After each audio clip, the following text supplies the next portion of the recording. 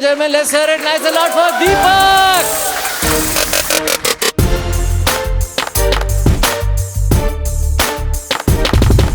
हिंदी में कंफर्टेबल हो ना आप सब? Yes, right, yes. बता दो, नहीं तो मैं जाऊं फिर। अब मेरी प्रॉब्लम समझो, मैं गाजियाबाद से हूँ and being from Ghaziabad I hate English language. मैं आज भी इंग्लिश वर्ड्स का मीनिंग संधि विच्छेद करके निकाल रहा हूँ। कुछ दिन पहले तक मुझे लगता था बाइलिंगुअल वो लोग होते हैं जिनके दोनों लिंग होते हैं।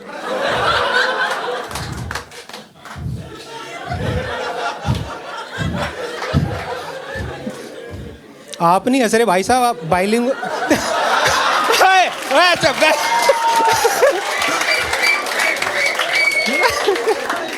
नहीं यार, सच में आप समझो, आप मेरी इंग्लिश इतनी खराब है, आप यकीन नहीं करोगे, मैं आज भी पावर प्ले और फोर प्ले में कंफ्यूज हो जाता हूँ। इस चक्कर में प्रॉब्लम हो जा रही है। जैसे एक दिन इंडिया पाकिस्तान का T20 क्रिकेट मैच था। मैं और मेरे पापा क्रिकेट के फैन। पापा ऑफिस में थे, मैं घर पे था। मैंने घर से ही पापा को ऑफिस में फोन मिलाया, पापा शाम को घर जल्दी आना, फोर प्ले साथ में देखेंगे। घर आके मेरे बाप ने जो पावर प्ले खेला है मेरे साथ। ये हालत थी बाय द वे मेरी ग्रेजुएशन में। मेरे सीनियर्स ने मुझे एडवाइस किया कि तुम ना अपनी इंग्लिश इंप्रूव करने के लिए लिंक्डइन यूज किया करो। पता है ना लिंक्डइन, जॉब मार्केट का बम्बल। उन्होंने कहा कि लिंक्डइन पे टाइम स्पेंड करो, तुम प्रोफेशनल इंग्लिश सीखोगे, जॉब अपॉर्चुनिटीज मिलेंगी। मैं गया लिंक्डइन पे, भाई इंग्लिश का क्या नंगा नाच चल रहा है वहाँ,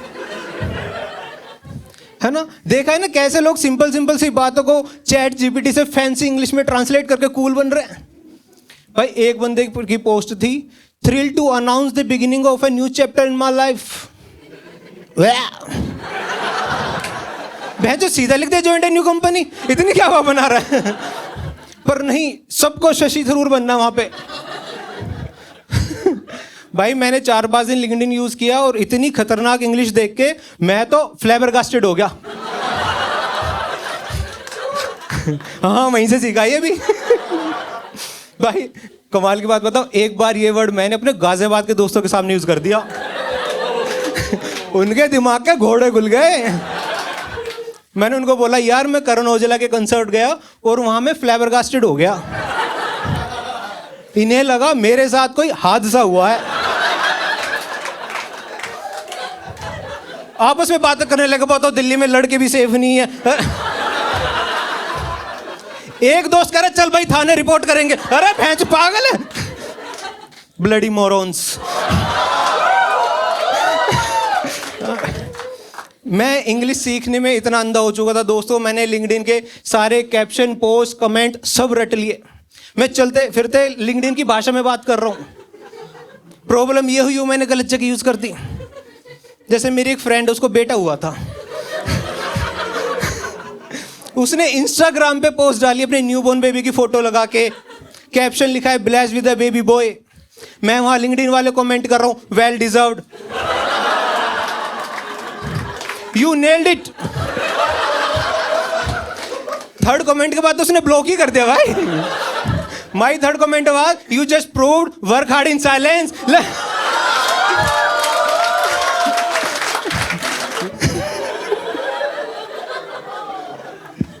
भाई जॉब की डेस्परेशन में मैंने इतना लिंक्डइन स्क्रॉल किया, मेरा अंगूठा घिस गया, मेरी फट गई। मुझे लगा जॉब वाली लाइन ही तो नहीं मिट गई।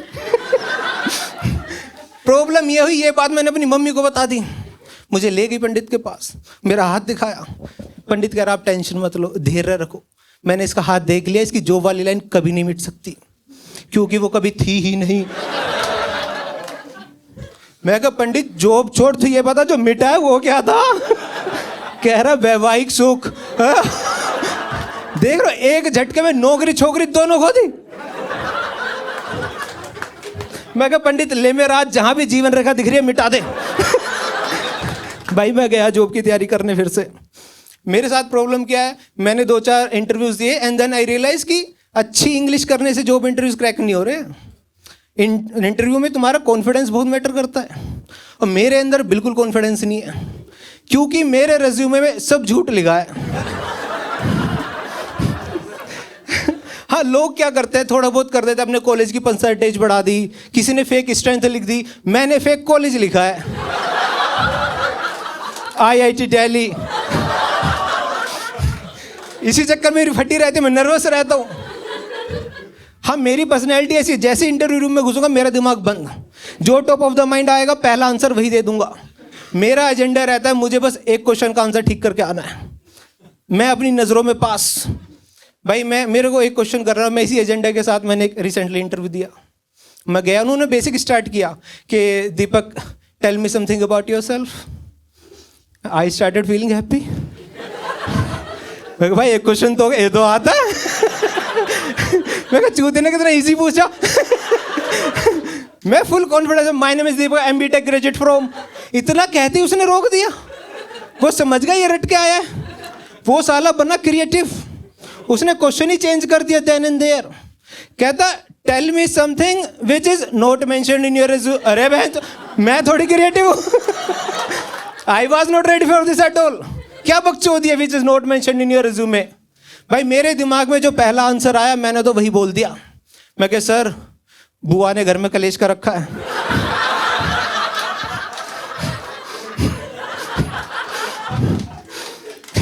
जब पापा चाचा का बंटवारा और बुआ का क्या मतलब हिस्सा मांगने का। वो ऑफेंड ही हो गया, चिढ़ गया, क्या Deepak do you have some sense, where are you sitting, what are you talking, कैसे बोल सकते हो ये सब, पूरा हक बनता है बुआ का। अरे हरामजादे, ये बुआ की साइड है, पक्का घर जमाई होगा। भाई वो चिढ़ गया, उसने पता है सिर्फ मुझे नीचा दिखाने के लिए मैथ्स का क्वेश्चन पूछा है, वरना कोई सेंस नहीं है IIT से मैथ्स पूछने का। उसने मुझसे पूछा if you roll a dice then what is the probability of getting 3। I was like sir 1/2। आपको पता है सर, आप IIT दिल्ली से हो। भाई मैंने बोला सर 1/2। भाई मैं घबरा जाता हूँ, जो दिमाग में बोल दिया। कह रहे Deepak can you please explain how. मैं क्या, बहस मत करो ठीक है। कह रहा नहीं this is the interview, you have to explain. मैं शिट, मुझे पता ही नहीं था एक्सप्लेन भी करना होता है। मैं वहीं पे बनाने लग गया। मैंने कहा सर देखो प्रोबेबिलिटी क्या होती है, favourable case right, total case right, correct, yes से यस। कह रहा गुड गुड, फेवरेबल केस कितने हैं। मैं कह सर 1। कह रहा टोटल केस, मैं कह 2। भाई या तो 3 आएगा या नहीं आएगा। उसकी गांड बढ़ गई भाई, वो डिपेंड ही नहीं कर पाया। उसे लगा सही तो कर, हम गलत पढ़ रहे हैं।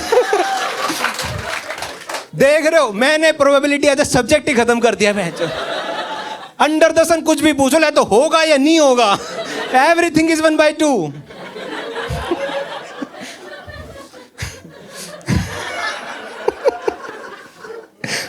पांच मिनट लगे उसे इस आंसर से बाहर आने में। अच्छा इधर मेरा कॉन्फिडेंस बढ़ के बेंचो 2 क्वेश्चन ठीक हो गए। आज तो सिलेक्शन पक्का। भाई वो इतने सेल्फ डाउट में गया, उसने पहले खुद रिजाइन दिया फिर मुझे रिजेक्ट कर। देख रहे हो कितना पनौती हूं मैं, मेरी नौकरी लगी नहीं, उसकी भी खा गया। अब हम दोनों की लिंक्डइन प्रोफाइल पे लिखा है ओपन टू वर्क। स्मार्ट बन रहा है, जाते जाते मुझसे कह रहा है Deepak do you have any question for me. ये फिर बच गया। मैंने तो उससे ही पूछ लिया sir where do you see yourself in next 5 years। कह रहा जेल में, तेरा जैसा कैंडिडेट आएगा मार के फांसी चढ़ूंगा मैं। ऑब्वियसली जॉब नहीं लगी। भाई 2 महीने 4 महीने ट्राई किया, मेरी जॉब ही नहीं लगी। अब मेरी मम्मी को लगा पंडित सही तो नहीं कह रहा था। मेरी 4-5 महीने जॉब नहीं लगी, धीरे धीरे डिप्रेशन शुरू हुआ।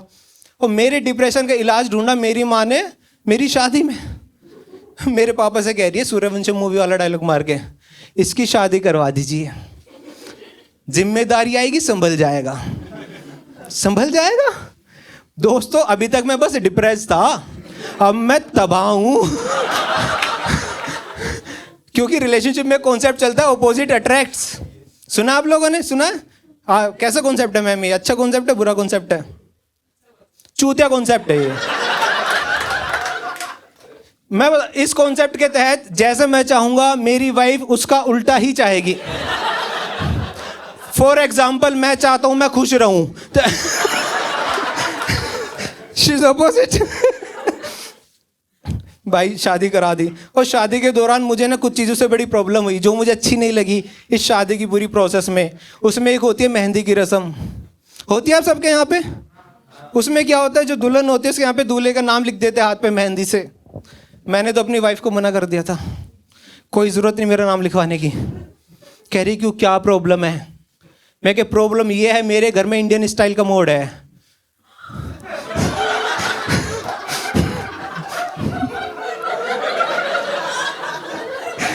अच्छा लगता है कोई सुबह सुबह तुम्हारे नाम से?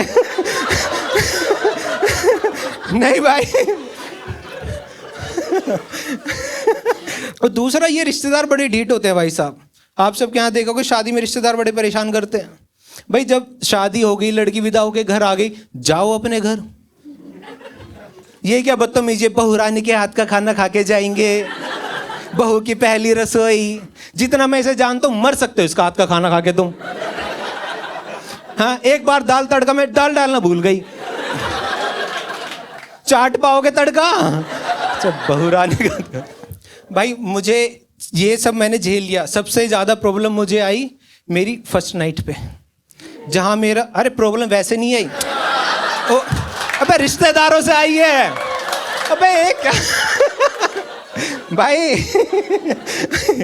भाई रिश्तेदारों ने भाई मेरी फर्स्ट नाइट खराब कर दी। आप बात की गहराई समझो दोस्तों। मेरी फर्स्ट नाइट थी, ठीक है। फर्स्ट नाइट पता है ना, जिस रात मर्द सबसे ज़्यादा ढोंग करता है केयरिंग हस्बैंड होने का। हर थोड़ी थोड़ी देर में पूछता है आप कंफर्टेबल तो हो ना। है ना। और देखो यार, हमारी तो अरेंज मैरिज हुई थी, तो हमारी तो जेन्युइनली फर्स्ट नाइट थी। तो हमारा दिल दिमाग एक्साइटमेंट में कल्पनाओं की सारी पराकाष्ठाएं पार कर चुका था। रात का 1 बज रहा है, पेट में ऐसे गुदगुदी हो रही है कि final moment is coming. Excitement हो रही है। सारे रिश्तेदार उठ के जाने लगे अपने रूम में सोने के लिए, सब थक गए थे। इतनी देर में बुआ आई, अंताक्षरी तो रह ही गई। अब बुआ तेरे साथ खेलने का टाइम है ये? मैं अपना खिलाड़ी लेके आया हूँ आज। बुआ ने बोला अंताक्षरी। सारी मामी मौसी चाची ताई कजन सारे गद्दा लेके आ गए। ये मेरा बेड, उसके बाहर गद्दे बिछा लिए, है ना। बुआ तो हमारी डेकोरेटेड बेड का गद्दा उतार लाई। रात के 1:30 बजे अंताक्षरी खेल रहा हूं मैं। भाई मेरी वाइफ के गाना गाने के टर्न। आप सबके यहाँ पे होता है ना, नई दुल्हन आती है, कुछ भजन सुनाती है, कोई गीत सुनाती है, गाना सुनाती है। मेरी वाइफ के गाना गाने की टर्न आई। अच्छा, मैं देखो यार 90s बोर्न, वो भी गाजियाबाद से। तो मैं तो उसी ऑर्थोडॉक्स माइंडसेट में बड़ा हुआ कि मेरी वाइफ ऐसी होनी चाहिए, बिल्कुल शांत, सरल, सीधी, शर्मीली, बिल्कुल विवाह मूवी की पूनम मिश्रा, जो पानी को भी कहे जल ले लीजिए। हाँ, और मुझे इसने बताया था कृष्ण जी की भक्त है, तो मैं सोच रहा था कोई तो भजन सुनाएगी। भाई ये भरी बैठी थी, इसके गाना गाने की बारी है, सबकी अटेंशन इसकी तरफ है। इसने भरी महफिल में मेरी तरफ देख के गाना गाया, जरा जरा touch me touch me touch. अरे डर के मारे मेरा निकल गया ओ, ओ। बुआ को लाइव अटैक आते देखा है मैंने। उसी गद्दे पे बेहोश हो गई जो मेरा लेके आई थी। यहाँ मेरी टेंशन बढ़ गई, समझ नहीं आ रहा पहले बुआ उठाऊं या गद्दा। हाँ भाई, उस दिन मुझे रियलाइज हुआ कि जो मेरी वाइफ है ना, वो रोमांटिकली भी मुझसे अपोजिट है ना। वो रोमांस में कैटरीना काफ, मैं बहनचोद अमरीश पुरी। मेरा रोमांस भी हमला लगता है। पर वो बहुत कोशिश करती है कि मेरे अंदर रोमांस जगे, मैं भी थोड़ा रोमांटिक हूँ। वो सारे फर्ड मारती है, बट मैं नीरस एकदम। तो इसलिए उसने एक दिन बोला कि आज ना हम रोल प्ले करेंगे।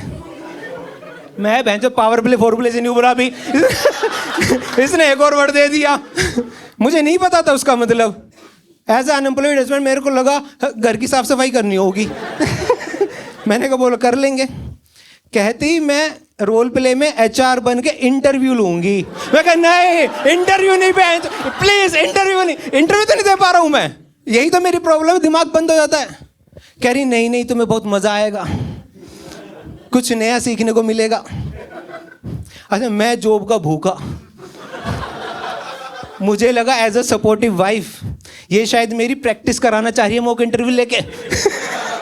मैंने बोल दिया ठीक है। कहती तुम शाम को फुल तैयारी करके आना। भाई ये इधर गई रूम की वाइब सेट करने लगी, मैं उधर गया प्रोबेबिलिटी रिवाइज करने लगा।